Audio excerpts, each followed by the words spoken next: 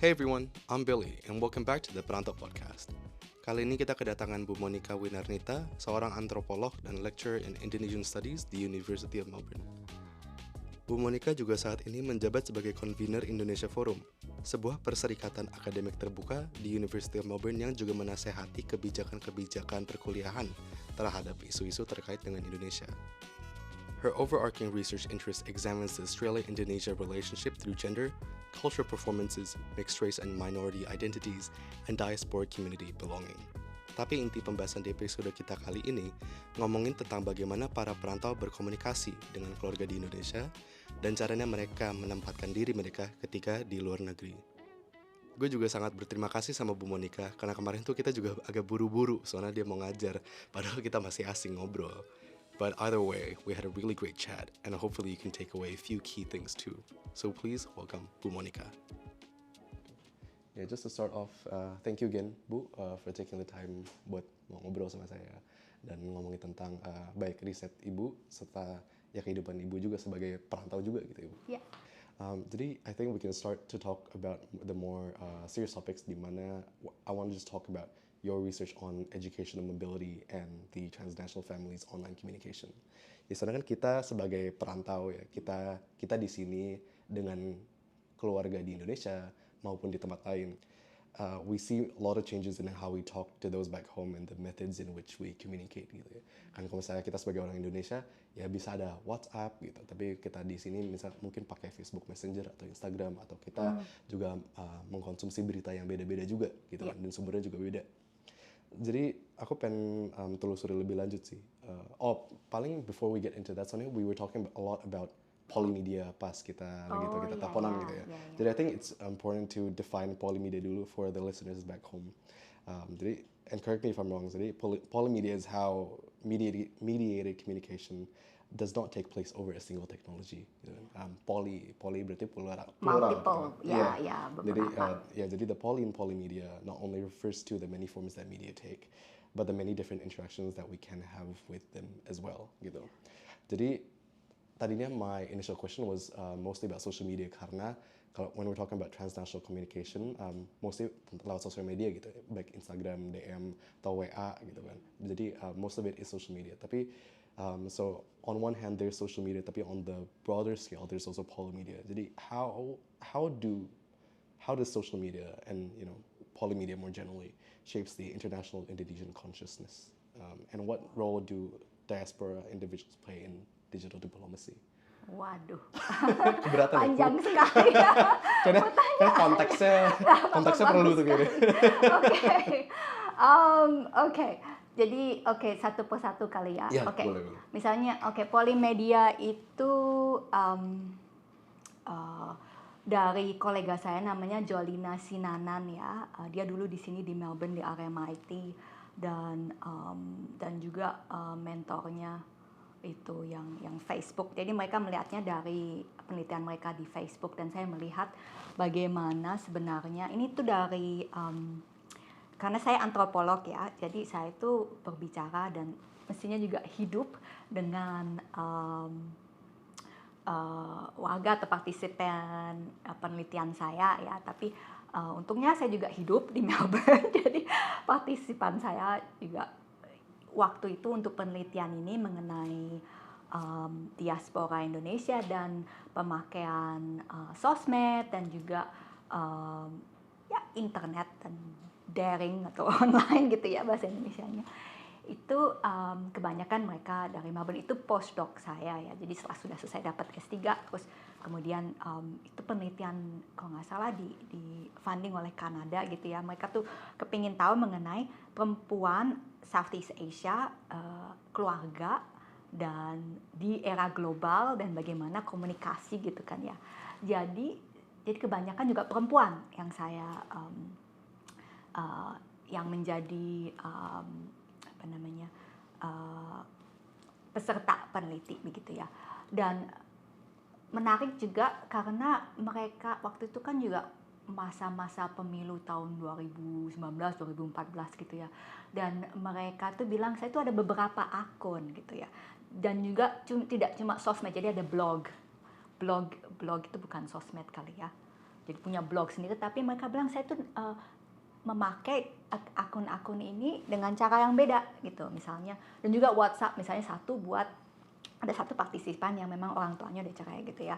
Jadi satu akun WhatsApp buat keluarga bapak saya, satu akun buat ibu saya gitu ya.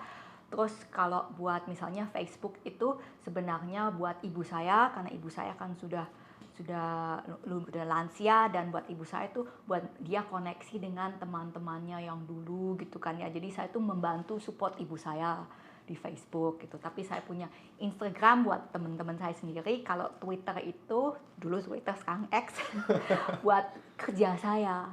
LinkedIn juga kerja saya gitu. Jadi personanya beda-beda gitu ya. Terus ada satu juga bilang kalau di blogger itu nama saya tuh nama samaran. WhatsApp keluarga juga satu tuh, tapi terus kalau di sosmed lain itu nama samaran. Nanya kenapa gitu. Karena waktu itu 2019 pemilu itu, ya karena keluarga saya itu harus saya memilih capres A, tapi saya tuh mau nggak kalau saya lebih kepingin capres B itu nanti saya kayak dibully gitu loh.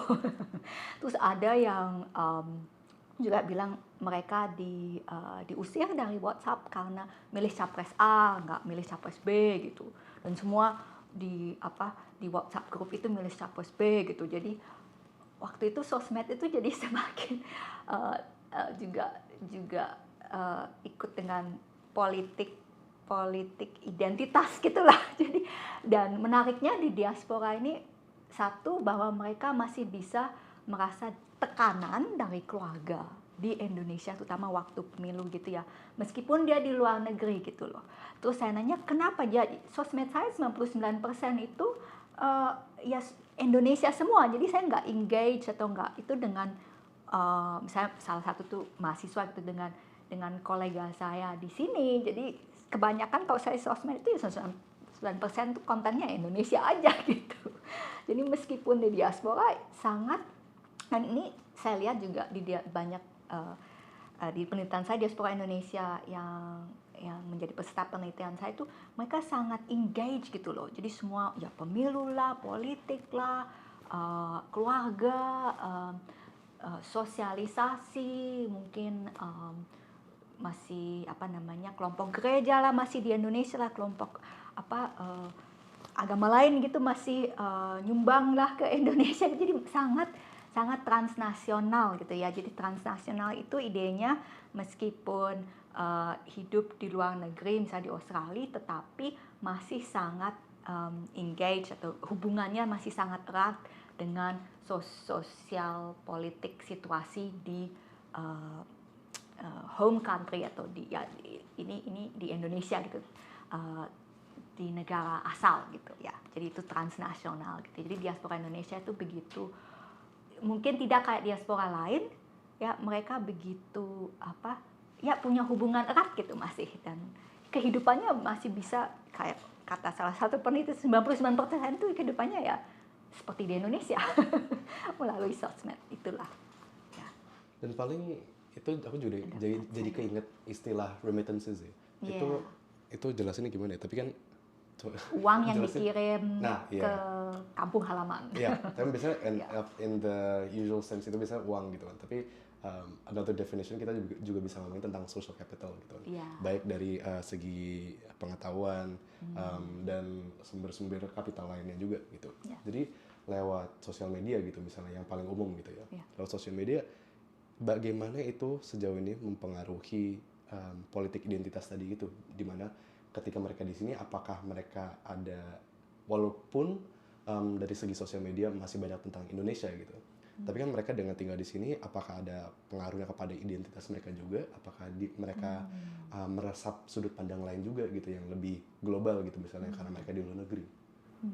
Iya, saya juga di penelitian saya juga berbicara dengan artis, maksudnya artis bukan artis film ya, tapi artis kayak yang bikin like seni gitu loh, seni rupa lah atau wartawan lah gitu. Jadi mungkin bisa dibilang intelijensia atau apa gitulah ya in the old sense atau apa ya kata lama gitu, pokoknya yang kosmopolitan gitu ya. Jadi ide kosmopolitan kan dulunya ya untuk keterbukaan kepada dunia kayak global gitu ya. Jadi dilihat dulu tuh ini tuh dari filosofer namanya Kantian filosofi. Tapi juga dilihat bahwa orang-orang yang aktivis, artis, jurnalis, akademis gitu kan ya. Mereka tuh dulu adalah grup kosmopolitan itu yang bisa ke kota-kota besar gitu ya. Dan punya keterbukaan untuk ide dari luar, openness gitu ya kata Kantiannya itu. Tetapi sekarang kosmopolitan itu kan juga bisa orang biasa yang merasa, oh mall di Jakarta sama dengan mall di Melbourne sama dengan mall di New York, saya merasa kerasan di mana saja, itu juga perasaan kosmopolitan. Nah mereka ini yang penelitian saya dengan mereka ini, mereka merasa ya seperti itu, keterbukaan lebih ke sudut pandang yang lain, mungkin karena profesinya dan mereka mungkin bisa menganalisa dari segi lain gitu ya. Kalau misalnya sebagai artis bisa mengkritik society, bisa mengkritik masyarakat atau pandangan dan ya ide-ide moral gitu. Jadi mereka punya sudut pandang lain gitu ya.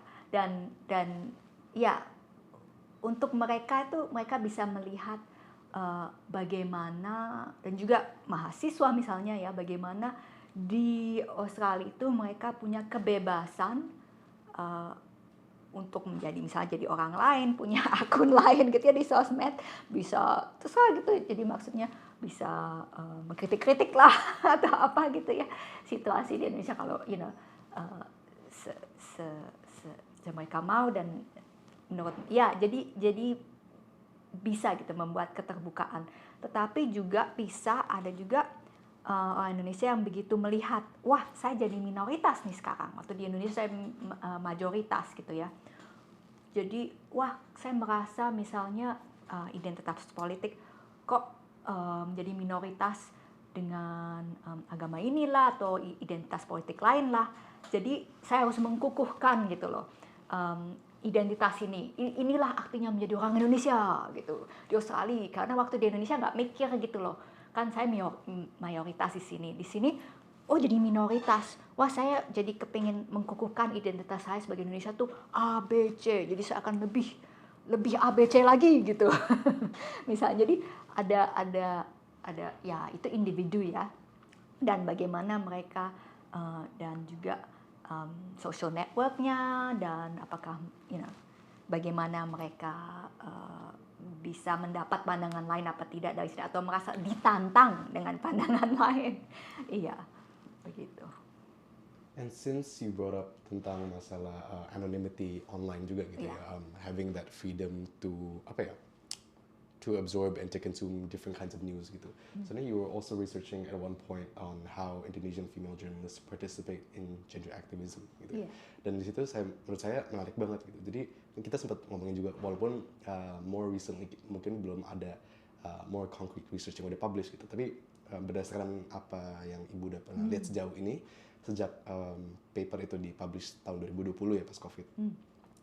Based on what you've observed, do Indonesian diaspora members experience greater freedom of speech on social media compared to within Indonesia? And how does this affect online gender activism? So kalau misalnya kita lihat di Indonesia dan di luar negeri, kan ada itu juga keterbukaan gitu ya, dan kebebasan berpendapat gitu. Kadang-kadang kita bisa merasa dicekang atau merasa takut juga kalau kita berpendapat yang beda juga di Indonesia, kayak yang tadi Ibu bilang gitu misalnya, apalagi dengan keluarga ataupun dengan social circle yang ada di Indonesia gitu. Jadi kalau misalnya kita lihat the more professional, more concrete profession seperti jurnalis dan khususnya female journalist, do we see that parallels with just females in general juga, or is it just confined in the realm of journalism gitu maksud saya? Oke. Ya, jadi ada dua segi ya dari pertanyaan itu, karena penelitian saya sebenarnya mengenai female journalist yang di Indonesia. Ya, meskipun penelitian saya juga mencakup female journalist atau perempuan jurnalis yang di Australia yang memang menetap di Australia juga ya. Jadi buat yang menetap di Australia ya, salah satu di penelitian saya ini ada seseorang yang juga penulis, ada di terbitan saya, dan dia merasa itu seperti katanya dalam bahasa Inggris, it's like a double-edged sword. Jadi pisau yang tajam dua sisi. Saya pernah bicara di mana dia punya perasaan bahwa dia geografis lebih ada jarak jauh, ya, berarti dia punya kebebasan dan ada juga jarak untuk bisa melihat Indonesia dari jarak jauh, jadi bisa menganalisa dari jarak jauh gitu ya, jadi tidak begitu di tengah-tengah gitu ya semua kejadian, tapi dari jarak jauh, dan itu membuat dia punya pandangan lebih luas menurutnya dia.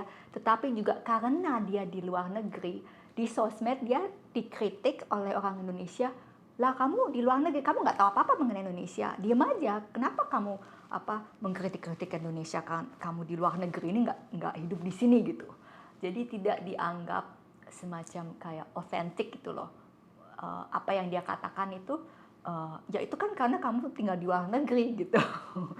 Ya, jadi that's the double edged sword-nya buat dia gitu. Jadi dia merasa tidak dianggap sebagai seseorang yang punya wewenang untuk membicarakan hal-hal yang dianggap penting di bidang sosial, ekonomi atau politiknya Indonesia karena dia di luar negeri gitu. Mungkin orang akademisi juga ada Indonesia yang di sini juga pernah merasa begitu juga, ya kamu di luar negeri gitu, enaknya aja gitu. Kritik dari sana, kamu tidak hidup di sini, tidak, jadi ada perasaan mungkin ya kenapa tidak loyal lah gitu ya kepada Indonesia, kenapa tidak balik ke Indonesia atau untuk membantu membangun negeri dan sebagainya gitu. Jadi mungkin ada perasaan seperti itu. Dan mengenai perempuan ya, the gender digital citizenship-nya itu yang saya tulis itu bagaimana teori digital citizenship itu kan ada tiga ya. Jadi satu itu bagaimana mereka bisa menangkal ideal-ideal gender. Apa artinya menjadi perempuan, harus menjadi istri seperti ini gitu, jadi ibu seperti ini itu ada di sosmed itu mereka bisa menangkal itu. Ya belum berarti kalau menjadi istri atau ibu yang baik tuh harus seperti ini gitu. Kalau saya nggak mau jadi istri bagaimana? Kalau saya nggak mau jadi ibu bagaimana gitu kan ya. Jadi itu ada ruang untuk mereka menangkal ideal gender, dan juga secara kreatif mungkin dengan puisi lah apalah gitu kan ya, secara kreatif dengan tulisan fiction lah apa gitu, ada ruang begitu untuk melakukan itu, dan juga untuk mengorganisasi kegiatan-kegiatan aktivisme ya. Jadi digital citizenship dan internet itu membuat ruang untuk bisa mengorganisasi gitu dari luar. Ya, itu dari mana saja sebenarnya. Ya, begitu. Dan tetapi yang saya lihat ya, bagaimana kalau itu mengenai movement buat hak-hak perempuan gitu. Jadi dan juga perempuan jurnalis yang saya teliti itu dengan kolega-kolega lain, tidak hanya saya. Mereka itu membuat media alternatif seperti Perantau, tetapi untuk perempuan dan minoritas, ya buruh lah, juga orang miskin lah gitu. Jadi dan itu karena mereka tuh dipecat atau dikeluarkan atau karena situasi media massa tradisional yang tutup karena digital era. Dan semua orang sekarang lihat news dari online, tidak lagi membaca atau membeli surat kabar dan majalah Femina dan sebagainya, sudah nggak lagi gitu. Jadi ya banyak juga jurnalis di masa itu yang yang dipecat lah, terutama perempuan, karena dianggap kamu bukanlah yang membawa nafkah buat keluarga misalnya, lebih penting ya mungkin juga jurnalis perempuan yang dipecat dulu gitu. Kasihan, tapi mereka mendapat ruang atau oportunitas melalui digital media untuk membuat media sendiri gitu, khususnya buat membicarakan masalah-masalah yang dihadapi perempuan gitu. Ya. Dan itu when we're talking about alternative media gitu ya, dengan media alternatif, kira-kira itu seberapa efektif sih sebenarnya dalam in disseminating that sort of information and news gitu? Ya, saya nggak meneliti efektivitas. Saya nggak tahu apa itu AI lah atau apa maksudnya. Jadi saya tidak tahu efektivitas, cuma mendapat ruang untuk memberi suara saja itu sudah bagus, dan saya melihat bagaimana mereka itu kerjasama dengan aktivis aktivis perempuan atau aktivis gender lainnya. Jadi identitas sebagai jurnalis itu kadang-kadang ditantang sendiri karena jurnalis kan semestinya independen ya. Tetapi kalau masalah hak-hak perempuan, disitulah dimana ada jurnalis yang bilang saya aktivis jurnalis. Gitu. Misalnya waktu mengenai kekerasan seksual perempuan, Me Too movement gitu kan ya. Mereka aktivis juga dan jurnalis. Dan ada yang bilang, oh tidak, itu pisah. Jadi kita cuma kerjasama dengan grup atau kelompok-kelompok aktivis gender. Jadi efektivitasnya ya dengan mereka punya suara dan juga bagaimana mereka kolaborasi dengan LSM ini misalnya ya, begitu. Jadi mungkin beda dengan tradisional jurnalis yang itu ada perbedaan gitu. Saya jurnalis, saya independen gitu. Sekarang sudah ada perbauran dengan pekerjaan aktivis untuk hak-hak gender dan perempuan dan minoritas begitu. Okay. Ini kan Ibu bentar lagi perlu ngajar nih, jadi Yeah.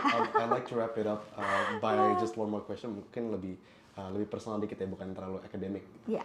Karena tadi Ibu juga ungkit ada that notion di mana banyak juga Indonesian academic yang keluar negeri gitu ya, menempuh di luar negeri, menempuh pendidikan tapi menempuh riset mereka juga gitu.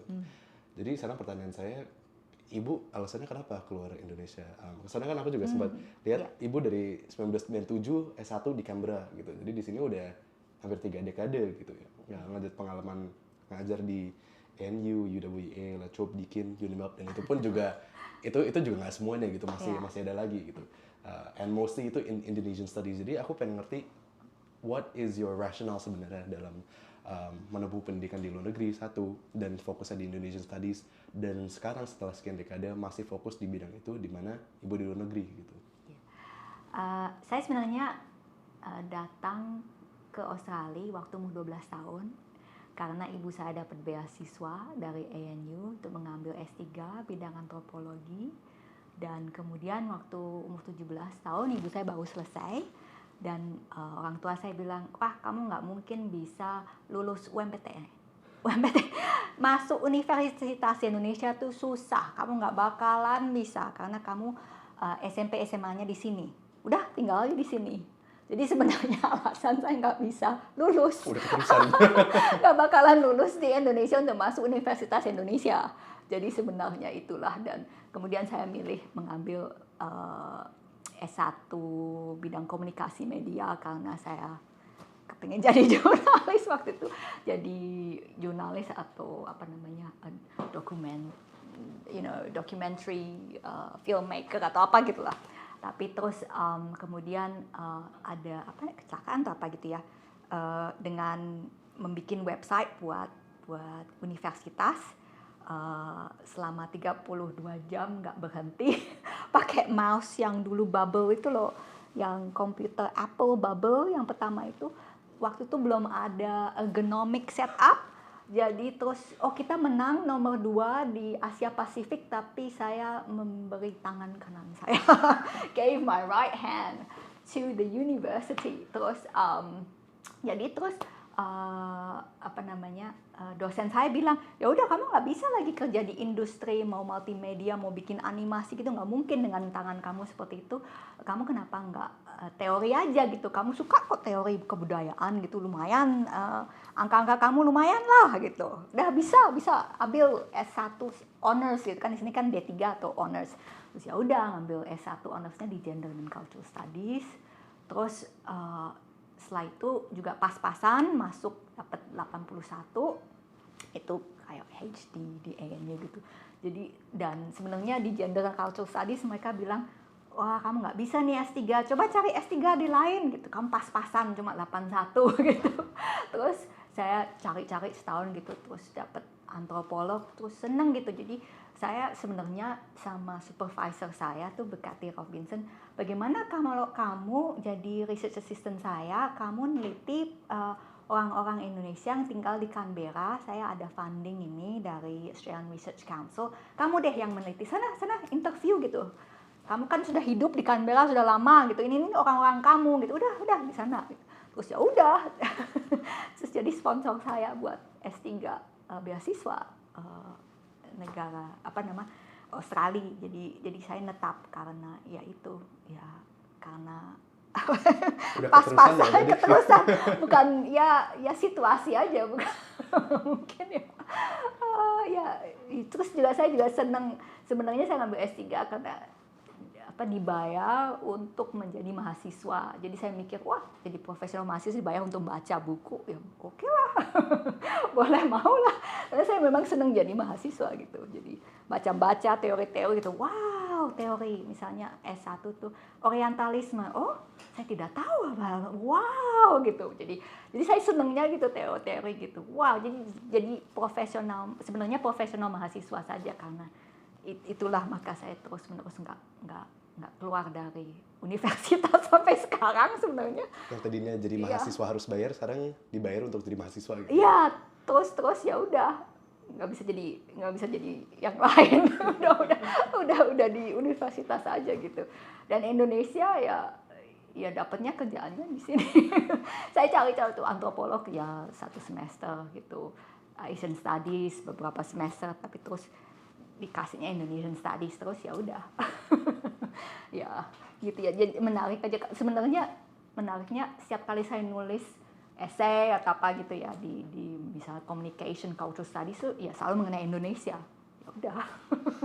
Juga sebagai ya diri saya, kenapa saya di sini gitu, dan ya kan besarnya di sini, remajanya di sini gitu, kenapa tidak banyak orang perempuan Asia di media gitu, dan kok stereotipenya seperti ini gitu loh. Jadi ya dari segi itu aja. Terima kasih, sudah panjang lebar ceritanya. Iya, ayo. Wah, The Perantau Podcast is always looking for new stories to tell and people to meet. So, if you have a story worth telling, don't be shy. Reach out on Instagram, LinkedIn, email, or wherever else you may find the Perantau Podcast. Until then, thank you, and see you soon.